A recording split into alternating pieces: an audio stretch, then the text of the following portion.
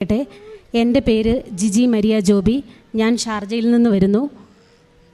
ഞാനിപ്പോൾ ഇവിടെ വന്നത് എനിക്ക് അമ്മ മാതാവും ഈശോയും തന്ന അനുഗ്രഹങ്ങൾക്ക് സാക്ഷ്യം പറയാനായിട്ട് മാത്രമാണ്.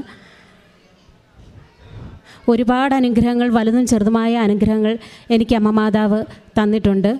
ഞാൻ ആദ്യമായി കൃപാസനത്തെപ്പറ്റി കേൾക്കുന്നത് എൻ്റെ നൈബർ ഒരു ചേച്ചി ആൻസി ചേച്ചിയും എൻ്റെ ഒരു ഫ്രണ്ട് ഷിമിയായും എനിക്കിവിടെ നടക്കുന്ന ഉടമ്പടി ധ്യാനങ്ങളും അതുപോലെ തന്നെ സാക്ഷ്യങ്ങളും ഒക്കെ എനിക്ക് ഇട്ട് തരുമായിരുന്നു. പക്ഷേ ആദ്യമൊന്നും ഞാനതൊന്നും മൈൻഡ് ചെയ്യത്തില്ല. ജസ്റ്റ് അത് ഓപ്പൺ ചെയ്യും, അതുപോലെ തന്നെ അത് ക്ലോസ് ചെയ്യും. ഞാൻ അത്ര ഇമ്പോർട്ടൻസ് കൊടുത്തിരുന്നില്ല. പിന്നീട് എനിക്ക് ഇടയ്ക്കിടയ്ക്ക് വർഷങ്ങളായി വയറുവേദന ഉണ്ടായിരുന്നു. പക്ഷേ ഒരു ദിവസം ഞാനിത് എൻ്റെ ഫ്രണ്ട് ഷിമിയോട് ഞാൻ തുറന്നു പറയുകയുണ്ടായി. അപ്പോൾ അവൾ എന്നോട് പറഞ്ഞു, പുള്ളിക്കാരി ഇവിടെ വന്ന് ഓൾറെഡി ഉടമ്പടി എടുത്തു, അങ്ങനെ ഇവിടെ മാതാവ് എല്ലാവർക്കും ഒരുപാട് അത്ഭുതങ്ങൾ കൊടുക്കുന്നുണ്ട്, നീ മാതാവിനോട് നല്ലതായിട്ട് പ്രാർത്ഥിക്കുക, അതെന്തായാലും മാതാവ് മാറ്റിത്തരുമെന്ന് പറഞ്ഞു. അങ്ങനെ ഞാൻ ജസ്റ്റ് അവളോട് പറഞ്ഞു, നീ എനിക്ക് വേണ്ടിയും പ്രാർത്ഥിക്കാൻ പറഞ്ഞു. അങ്ങനെ അവൾ എന്നോട് പറഞ്ഞു, ഞാൻ നിനക്ക് വേണ്ടി പ്രാർത്ഥിക്കാം. അവൾ എനിക്ക് വേണ്ടി, ഞാൻ ഉടമ്പടി എടുക്കുന്നതിന് മുമ്പ് തന്നെ അവൾ എന്നോട് പറഞ്ഞു, ഞാൻ അവളുടെ വയറ്റിൽ തന്നെ എനിക്ക് വേണ്ടി ഇവിടുന്ന് കിട്ടിയ തൈലം വെച്ച് കുരിശ് വരച്ച് വിശ്വാസ പ്രമാണം ചൊല്ലി അവൾ എനിക്ക് വേണ്ടി പ്രാർത്ഥിക്കുന്നുണ്ടായിരുന്നു. 2 ആഴ്ച കഴിഞ്ഞപ്പോൾ അവൾ എന്നോട് ചോദിച്ചു, ജിജി നിനക്ക് കുറവുണ്ടോ എന്ന് ചോദിച്ചു. അപ്പോഴും എനിക്ക് കുറവില്ലായിരുന്നു. ഒരു 2-3 ദിവസം കഴിഞ്ഞപ്പോൾ എൻ്റെ വയറുവേദന മാറിയായിരുന്നു. പക്ഷേ എന്നിട്ട് ഞാൻ 2-3 ദിവസം കൊണ്ട് വെയിറ്റ് ചെയ്തു, കാരണം ഇത് വീണ്ടും വരുമോ എന്നറിയാനായിട്ട്. അങ്ങനെ വീണ്ടും 2-3 ഒരാഴ്ച കഴിഞ്ഞപ്പം എനിക്കിത് പാടെ എനിക്കില്ലായിരുന്നു. എനിക്ക് പിന്നെ വയറുവേദന ഉണ്ടായിട്ടില്ല. അങ്ങനെ ഞാൻ അവളോട് പറഞ്ഞു, എൻ്റെ വയറുവേദന മാറി എന്ന് ഞാൻ പറഞ്ഞു. അങ്ങനെ അതാണ്, ആ ഒരു കാര്യമാണ് എന്നെ ഈ കൃപാസനത്തിലേക്ക് എനിക്ക് ഉടമ്പടി എടുക്കാനായിട്ടുള്ള ഒരു ഇൻട്രസ്റ്റ് എനിക്ക് ഉണ്ടാക്കി തന്നത് അതാണ്. അങ്ങനെ രണ്ടാമതായി ഞാൻ ഉടമ്പടി എടുക്കാനായിട്ട് 2023 ഡിസംബർ 23-ാം തീയതി ഞാനിവിടെ വന്നു ഉടമ്പടി എടുത്തു. ആ ഉടമ്പടിയിൽ ഞാൻ 6 നിയോഗങ്ങൾ വെച്ചായിരുന്നു. അങ്ങനെ ഓൺലൈൻ ഉടമ്പടി എടുക്കുന്നതിന് മുമ്പ് ഞാനൊരു നേഴ്സാണ്. ആ നേഴ്സിങ്ങിൻ്റെ ഞാൻ ആദ്യം 6 പ്രാവശ്യം ഞാൻ എക്സാം അറ്റൻഡ് ചെയ്തു. പക്ഷേ ഞാൻ ഫെയിലായി. അങ്ങനെ പിന്നീട് ഒന്നും കൂടി എഴുതാമെന്ന് വിചാരിച്ച് ഉടമ്പടി എടുക്കുന്നതിന് മുമ്പ് ഞാൻ വീണ്ടും എൻ്റെ പ്രൊസീജിയറുകൾ തുടങ്ങി. ഒരു 2 മാസത്തോളം ഞാൻ വെയിറ്റ് ചെയ്തു. എനിക്ക് രജിസ്ട്രേഷൻ സർട്ടിഫിക്കറ്റ് പുതുക്കണം, അതുപോലെ തന്നെ ഗുഡ് സ്റ്റാൻഡിങ് സർട്ടിഫിക്കറ്റ് എടുക്കണം. ഇതെല്ലാം ഞാൻ അപ്ലൈ ചെയ്തു. പക്ഷേ 2 മാസമായിട്ടും ഇതിനൊന്നും എനിക്ക് ഒരു കാര്യവും എൻ്റെ നടന്നില്ല.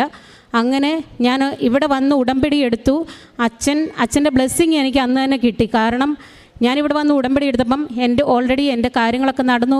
ഒരു എക്സാമിൻ്റെ ഡേറ്റ് എനിക്ക് കിട്ടിയപ്പോഴാണ് ഞാനിവിടെ വരുന്നത്. അപ്പം ഞാനിവിടെ വന്ന് ഉടമ്പടി എടുത്തു.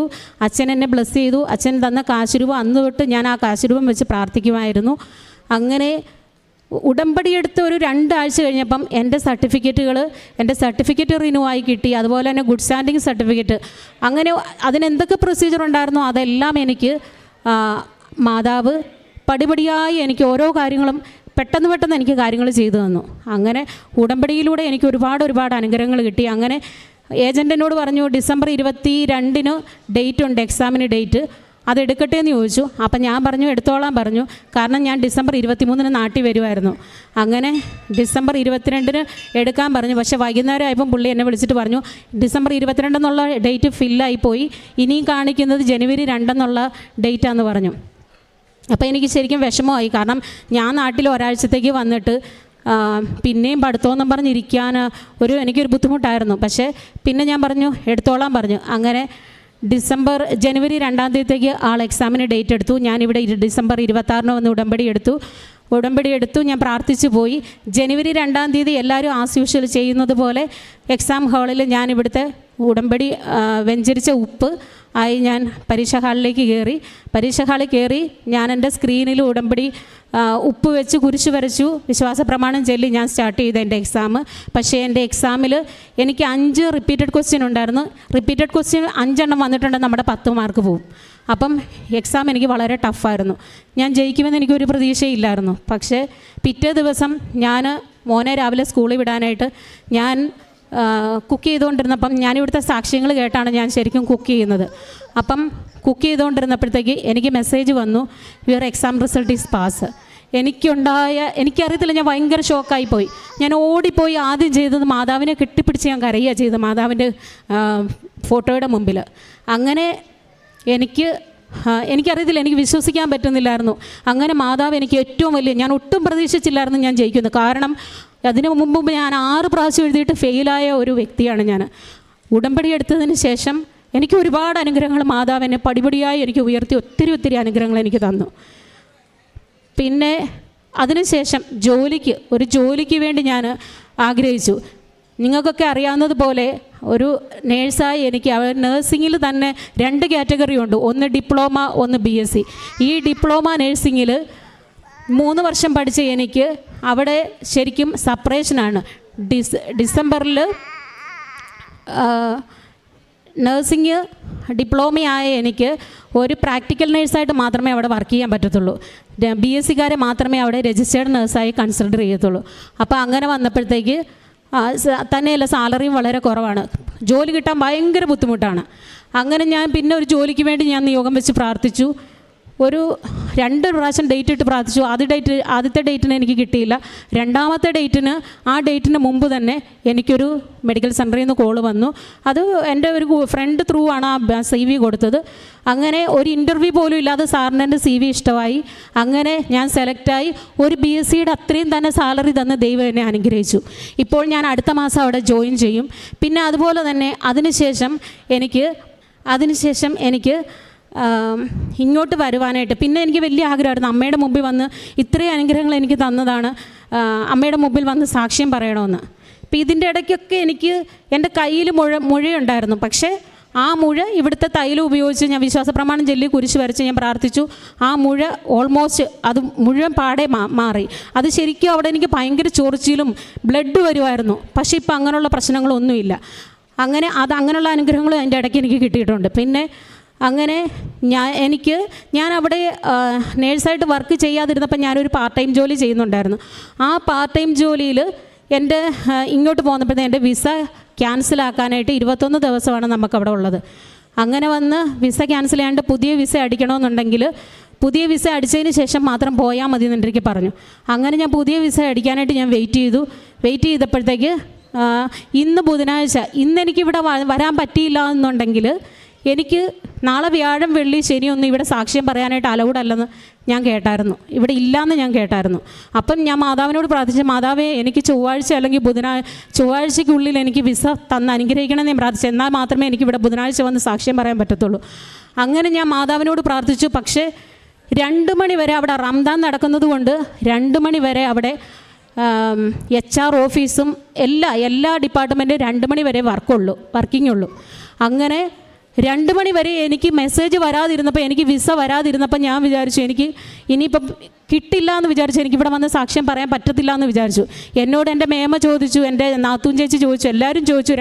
ഒരു 2:15 ആയപ്പോൾ എൻ്റെ അടുത്ത് ചോദിച്ചു, എടി എന്തായി വിസയുടെ കാര്യം, എന്തായി നിനക്ക് വരാൻ പറ്റുമോ എന്ന് ചോദിച്ചു. ഞാൻ പറഞ്ഞു, ചേച്ചി ഇതുവരെ വന്നിട്ടില്ല ഇങ്ങനെ പറഞ്ഞു.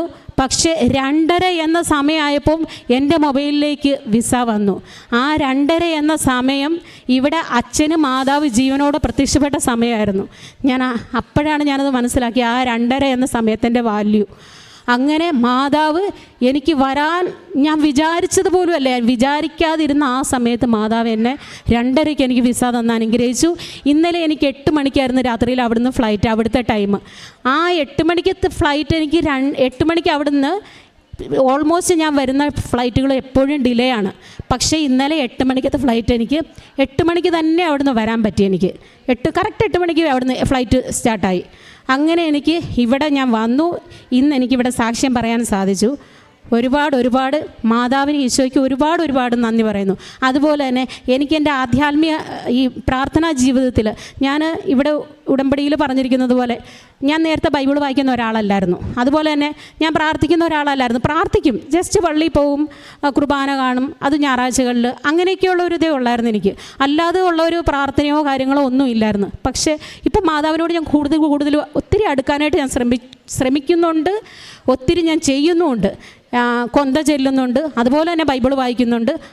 അങ്ങനെ ഒരുപാട് എൻ്റെ പ്രാർത്ഥനാ ജീവിതത്തിൽ ഒരുപാട് വ്യത്യാസം വന്നിട്ടുണ്ട്.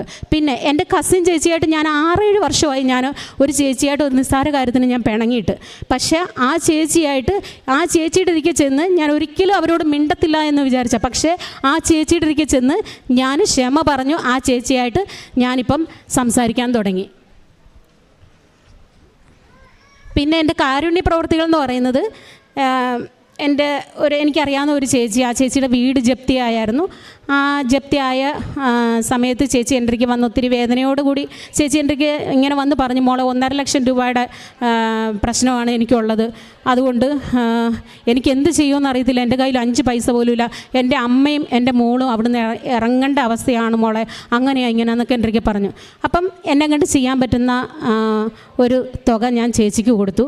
പിന്നെ അതുപോലെ തന്നെ എന്നോട് ആരൊക്കെ ആവശ്യപ്പെട്ടിട്ടുണ്ട്, ഈവൻ എൻ്റെ റിലേറ്റീവ്സിലാണേലും അതുപോലെ തന്നെ പുറത്താണെങ്കിലും ആരൊക്കെ എന്നോട് ഫിനാൻഷ്യലി പൈസ എന്നോട് ആവശ്യപ്പെട്ടിട്ടുണ്ടോ അവർക്കൊക്കെ എനിക്ക് ചെയ്യാൻ സാധിച്ചിട്ടുണ്ട്. പിന്നെ അതുപോലെ തന്നെ എനിക്ക്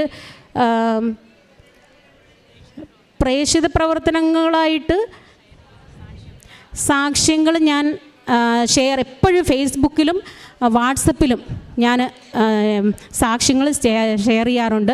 അച്ഛൻ്റെ ഉടമ്പടി ധ്യാനം അതൊക്കെ ഞാൻ ഷെയർ ചെയ്യാറുണ്ട്. അങ്ങനെ പിന്നെ ഞാൻ വഴി 2-3 പേരെ ഓൺലൈൻ ഉടമ്പടി അവിടെ ഉള്ളവരാട്ടോ, അതുകൊണ്ട് അവർക്ക് ഇവിടെ വരുമ്പോഴേ അവർക്ക് ഇവിടെ വരാൻ പറ്റത്തുള്ളൂ, ഓൺലൈൻ ഉടമ്പടി എടുക്കാനായിട്ട് സാധിപ്പിച്ചിട്ടുണ്ട്. ഇത്രയാണ് എനിക്ക് പറയാനുള്ളത്.